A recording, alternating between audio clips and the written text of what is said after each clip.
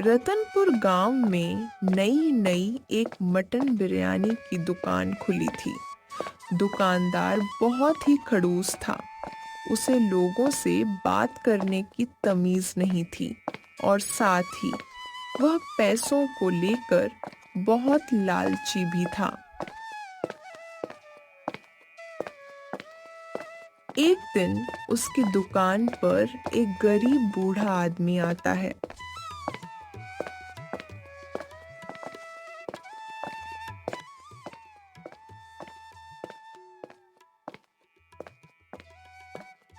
बेटा, मुझे बहुत भूख लगी है। क्या तुम मुझे एक प्लेट मटन बिरयानी दे दोगे? हाँ जरूर काका। मैं तो यहाँ लोगों की पेट पूजा कराने के लिए ही मटन बिरयानी की दुकान खोली है, वह भी सिर्फ 100 रुपए में। आज के जमाने में 100 रुपए में कहाँ कुछ मिलता है। बेटा, मेरे पास पैसे तो नहीं है। मैं गरीब आदमी हूं, 100 रुपये कहां से लाऊंगा? तुम मुझे एक प्लेट मुफ्त में खिला दो। तुम्हारे यहाँ तो बहुत से लोग आते होंगे। एक प्लेट मुझे मुफ्त दे दोगे तो तुम्हारा कुछ नहीं बिगड़ेगा।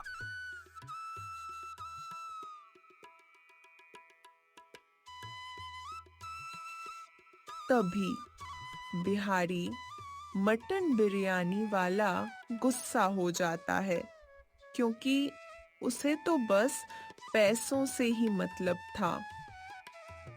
देखो भाई, यहां से चले जाओ। मैंने यहां मुफ्त में पेट पूजा करवाने की दुकान नहीं लगाई है। एक तो मैं यहां लोगों को 100 रुपए की बिरयानी खिलाता हूं, और उसमें भी तुम्हारे जैसे लोग मुझसे कह रहे हैं कि एक प्लेट मुफ्त दे दो। मैं क्यों दूं भाई? बेटा, एक ही प्लेट की तो बात है। तुम तो इतना कमाते हो, मेरी तो उम्र हो गई है। मैं पैसे कहां से लाऊं? देखो, वो सब मैं नहीं जानता। अब यहां से चले जाओ। तभी बूढ़ा आदमी वहां से दुखी मन से चला जाता है।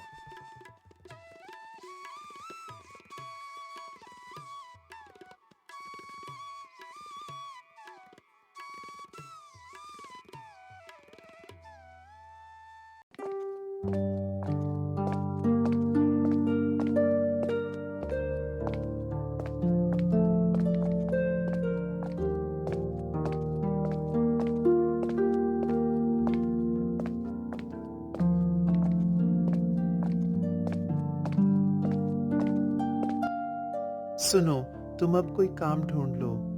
हमारी शादी को 1 साल हो गया है, लेकिन अब तक तुमने एक भी काम शुरू नहीं किया। कब तक सिर्फ दहेज के पैसों से घर चलाओगे? देखो शांति, तुम्हें तो पता ही है काम करने में कितनी मेहनत लगती है, और मुझे मेहनत वाले काम बिल्कुल पसंद नहीं। तभी शांति का चेहरा गुस्से से एकदम लाल हो जाता है और फिर वह बोलती है, देखो, अगर तुम्हें ऐसे ही रहना है तो मुझे बता दो, फिर मैं भी अपने मायके चली जाती हूँ। फिर रहना, तुम्हें जैसे भी रहना है। अगर तुम चाहते हो कि मैं यहीं रहूं तो जाकर कोई काम ढूंढो, ठीक है? अरे बाबा शांति, इसमें इतना गुस्सा क्यों करती हो? तुम मुझे कोई आइडिया दो ना कि मुझे कौन सा काम करना चाहिए जिसमें मेहनत कम हो और पैसे भी अच्छे खासे मिले। अगर तुम्हें ऐसा काम चाहिए तो एक काम करो, तुम बिहारी मटन बिरयानी वाले को तो जानते हो ना। उसकी बिरयानी पूरे गांव वालों को पसंद है। तुम उसके पास जाओ और उससे सीख कर आओ कि बिरयानी कैसे बनाते हैं। फिर तुम भी एक छोटी सी बिरयानी की दुकान खोल लेना। ठीक है शांति, जैसा तुम कहोगी मैं वैसा ही करूंगा। ठंड का मौसम था। गांव में बर्फ गिर रही थी। राजू जैसे ही घर से बाहर निकला वैसे ही ठंड से कांपने लगा, लेकिन फिर भी वह हिम्मत जुटाते हुए बिहारी मटन बिरयानी वाले के पास रेसिपी पूछने के लिए जाता है।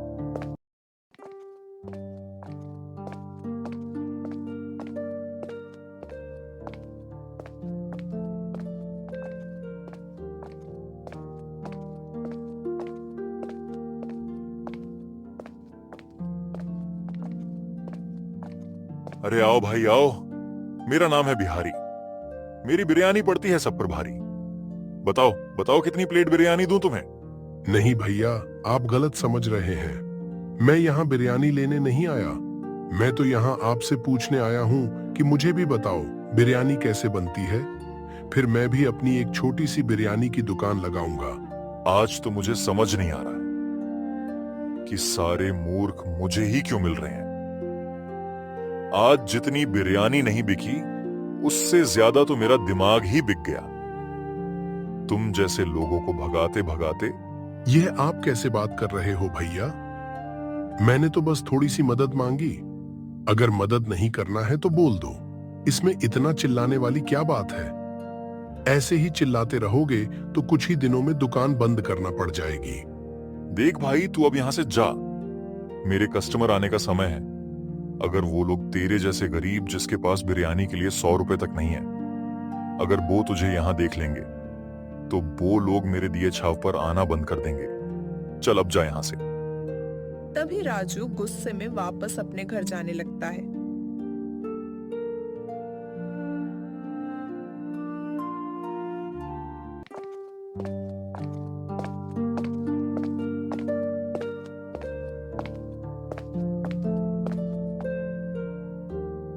देखो, मैंने कहा था ये सब काम मुझसे नहीं होगा। मैं तो इतने अच्छे मूड में गया था कि आज काम शुरू करूंगा, पर उस बिहारी बिरयानी वाले ने तो मेरा पूरा दिमाग ही खराब कर दिया। उसे तो बात करने की भी तमीज ही नहीं है। हाँ, मैंने भी सुना है कि उसे बात करने की तमीज नहीं है। उसे तो बस पैसों से मतलब है। पर तुम उसकी वजह से काम क्यों बंद करना चाहते हो? तुम बिरयानी की जगह कोई और काम शुरू कर दो। नहीं, अब तो यह बात इज्जत की है। अब तो मैं कुछ भी हो जाए, काम करूंगा तो बिरयानी का ही करूंगा और 50 रुपए में बिरयानी बेचूंगा और उस बिहारी बिरयानी वाले की पूरी दुकान बंद करवा दूंगा। चलो, ये तो अच्छी बात है कि कम से कम अब तुम इसी चक्कर में कोई काम तो शुरू करोगे। मैं तो बहुत खुश हूँ। तभी वो यह सोचते सोचते कि मटन कैसे बनाएगा, घर से बाहर निकल जाता है और एक बरगद के पेड़ के नीचे जाकर बैठ जाता है और सोचता रहता है। तभी दूर से एक बुजुर्ग चाचा आते दिखाई देते हैं, जिनके कपड़े फटे हुए थे और देखने से वो बहुत गरीब लग रहे थे। क्या हुआ बेटा? तुम बड़ी गहरी सोच में दिख रहे हो। ऐसा क्या सोच रहे हो? कुछ नहीं चाचा, मैंने सोचा था कि आज से बिरयानी की दुकान खोलूंगा, पर मुझे बिरयानी बनानी नहीं आती। इसलिए अपनी बीवी के कहने पर मैं बिहारी मटन बिरयानी वाले के पास गया था, इस उम्मीद में कि वह मुझे सिखा देगा कि बिरयानी कैसे बनती है। लेकिन उसने तो कई लोगों के सामने चिल्लाकर मुझे गरीब कहकर भगा दिया। बेटा, यह तो पूरा गांव जानता है कि वो कितना बदतमीज है। मेरे साथ भी कई बार उसने बदतमीजी की है, पर मैं इस उम्र में क्या ही कर सकता हूँ। हाँ, पर मैं तो कर सकता हूँ ना चाचा। मैं तो बस चाहता हूँ कि कोई मुझे बिरयानी बनाना सिखा दे, ताकि मैं अपनी बिरयानी की दुकान खोलूं और बिरयानी भी 55 रुपए में बेचूं, जिससे उस अकड़ू बिरयानी वाले की दुकान बंद हो जाए। बेटा, मैं तुझे बिरयानी बनाना सिखा सकता हूँ। मैं जो कहूँ, बस तू वो सारे मसाले बाजार से लेकर आ जाना, जिससे तू बिरयानी तो बना लेगा, लेकिन अगर तुझे उस बिहारी की दुकान बंद करवानी है तो तुझे एक और काम करना पड़ेगा। कैसा काम चाचा जी? बताओ मुझे। मैं तो उस बिहारी की दुकान बंद करने के लिए कुछ भी करूंगा। तुझे सबसे पहले उस बिहारी मटन बिरयानी जैसे स्वाद वाली बिरयानी बनाना सीखना होगा। मेरे बताए हुए मसालों से तू बिरयानी तो बना लेगा, लेकिन वही स्वाद वाली बिरयानी के लिए तुझे उसके यहाँ से एक प्लेट बिरयानी लानी होगी, और उस बिरयानी को तू खाकर मसालों की हेरा फेरी करता रहना जब तक तेरी बिरयानी उसकी बिरयानी से अच्छी ना बन जाए। यह तो बहुत ही अच्छा आइडिया है चाचा। अब आप मुझे सारे मसाले बताओ ताकि मैं जल्दी जल्दी जाकर बाजार से मसाले ले आऊं और बिरयानी बनाना शुरू कर दूं। तभी गोपाल मार्केट से संगीत मसाले और मटन वाले की दुकान से मटन लेने पहुंच जाता है।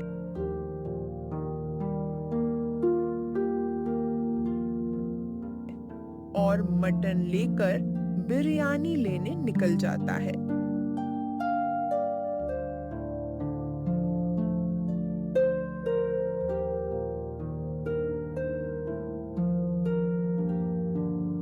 बिहारी बेटा बहुत कहता है ना कि तेरी बिरयानी सब पर भारी। आज तो मैं तुझे सच में दिखाऊंगा कि कैसे तेरी बिरयानी तेरे पर ही भारी पड़ती है। तभी गोपाल घर जाता है और सारे मसालों के साथ बिरयानी बनाना शुरू कर देता है। वह तब तक ऐसा करता रहता है जब तक कि उसकी बिरयानी बिहारी बिरयानी वाले से अच्छी नहीं बन जाती है। फिर एक दिन, अरे वाह, यह मेरी बनाई हुई बिरयानी आखिरकार उस बिहारी बिरयानी वाले से बहुत अच्छी बन ही गई। अब कल सुबह होते ही मैं बिरयानी बेचने निकल जाऊंगा।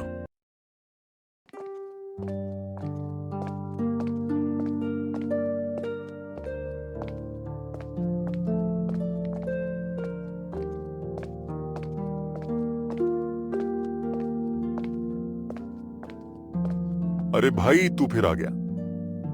मैंने तुझसे कहा ना कि मैं यहां बिरयानी बेचता हूं। कोई ट्यूशन नहीं खोल रखा कि तू बार बार यहां बिरयानी कैसे बनाते हैं पूछने आ जाए। चल जा यहां से। देखो भाई, मुझे यहाँ से भगाने से पहले मुझसे पूछ तो लेते कि मैं यहाँ क्यों आया हूँ। मैं तो यहाँ बिरयानी लेने आया था और साथ में पैसे भी लाया हूँ। अगर तुम चाहते हो कि मैं यहाँ से चला जाऊं तो ठीक है। अरे रुको रुको, तुम तो गुस्सा हो गए। मैं तो कुछ और कहना चाहता था पर गलती से कुछ और कह दिया। मेरा नाम है बिहारी। मेरी बिरयानी पड़ती है सब पर भारी। बताओ बताओ, कितना बिरयानी दूं? अच्छा ठीक है, मुझे एक प्लेट गरम गरम बिरयानी दे दो, और हाँ, जो बिरयानी सबसे ज्यादा स्वादिष्ट है वही देना। तभी गोपाल बिरयानी लेकर अपने घर जाने लगता है।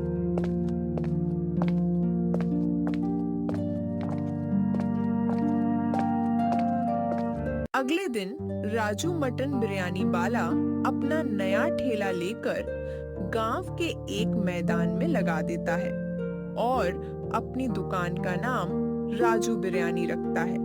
वो बिरयानी बनाना शुरू कर देता है। राजू बिरयानी बना ही रहा होता है कि दूर से बिरयानी की खुशबू पाकर दो लोग उसके ठेले के पास चले आते हैं। अरे राजू, यह बिरयानी का ठेला तुम्हारा है क्या? मैं तो समझा था कि पास में कोई नया होटल खुला है। इतनी अच्छी बिरयानी की खुशबू आ रही है कि क्या बताऊं। मैं तो इसी खुशबू से खींचा चला आया। हाँ मोटू भाई, मैंने सोचा कि कब तक घर पे बैठा रहूंगा।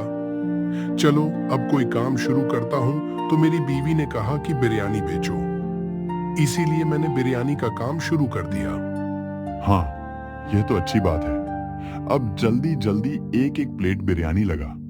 तेरी बिरयानी की खुशबू से तो बड़ी जोरों की भूख लगने लगी है।